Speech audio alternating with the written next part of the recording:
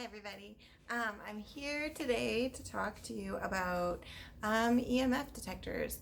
So EMF stands for electromagnetic fields, and these are this is like basically the energy that things like electronics, your TV, your cell phone, your fridge, your stove, any outlets, everything that uses electricity in your house will be putting off some type of EMF level.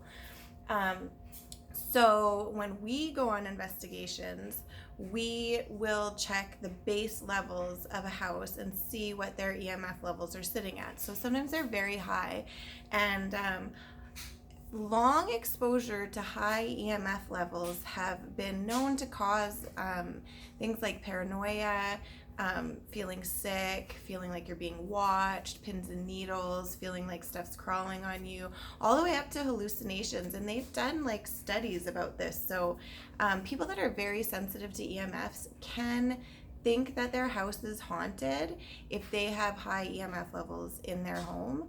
And then they call us, and then we come in and we discover that they are just living with these really high EMF levels. And there's something called a fear cage, which is where you have like super duper high EMF levels around you all the time, and it creates this like really horrible paranoid state. So that's not good. You don't want that. So when we go into an investigation, we'll take all the base readings for the EMF levels around the house, and then we will keep EMFs around, like EMF detectors around, and if they go off or they spike or anything like that, then we will try and figure out what is happening. And if we can't, we'll investigate a little further to see if it's potentially paranormal, or like if we can debunk it. We always try to debunk things first, which is the most important thing. You always want to be trying to find a logical explanation. And if you are left with something that you can't explain after going through everything to debunk something, then you have some great evidence. And that's what we're looking for, right? We want to find something while we help people. So the EMF detectors that you see on most of the shows are called the K2, and that's the one with the lights and the button that you push, and those are the ones that they carry around everywhere.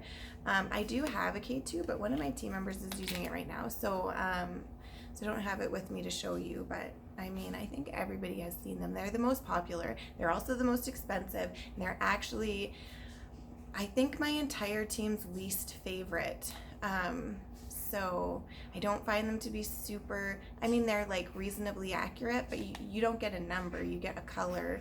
And so you're like, well, we went into the orange, and that doesn't really help a client. I prefer to tell them like your base number for EMF levels is this, and this is what it spikes to when we did this. So there's a couple of other ones. So this one is the one that most of my team has and we use, and it's really simple. You turn it on and it lights up, and then when you get near something that's putting off electricity, it will the numbers will go up. So it's very simple. These things are really cheap. You can usually get them for like $25 online, so these are good. And they beep, which is nice, so I would recommend that over the K2. We actually have one that we're going to be selling. We just auctioned one off, and I have another one. So if you're interested, message me, because the money that we get from that is going to World's Largest Ghost Hunt. So then we have this one. This one is my personal favorite. These are also really cheap. This was like probably under $25. And you turn it on. Oh, this one's dead, of course, but you turn it on and this alarms and it lights up, and it's got a great like beeps, and so you can hear it like it was going off in the living room of a place we were investigating, and we were like on the other side of the house and we heard it. So I love that. And it tells you like the temperature, and it is digital, so you get the number there too, which is awesome. So this one's the one that I recommend. And these you can buy online like eBay or Wish or whatever. So if anybody wants information on how to get these, let me know and I'll send it to you. So those are the EMF detectors that we have, that we use, and I don't recommend buying a K2 right off the bat. I recommend finding the cheapest EMF detector that you can find and just start with that, because they all do the same thing. There's no point in spending all the money on the one that is super expensive just because it's on TV. So, yeah. So some people believe that spirit uses energy or puts out energy when it manifests. So that's why you would have a spike if you're in a haunted location and you're getting like random spikes. Potentially a spirit is trying to manifest. At the same time, if you're at a location that has overhead power lines or Wi-Fi, you can get random spikes when different stuff is going on. So if somebody has a cell phone near you and it's not in airplane mode or turned off, and they receive like an email or something, your EMF is gonna spike.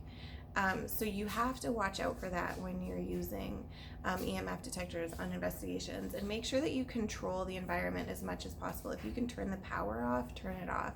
Make sure that you make note of overhead power lines or cell towers or anything like that that's around, so that you can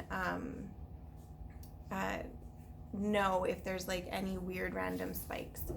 So that's the information I have on EMF detectors. If you have any questions, let me know. And if you guys want to check out another really cool group, you should check out Ghost Encounters Lincolnshire UK. They go on amazing investigations, and they have like some really cool pictures and stuff in their group. So check them out, okay? Thanks, guys. Bye.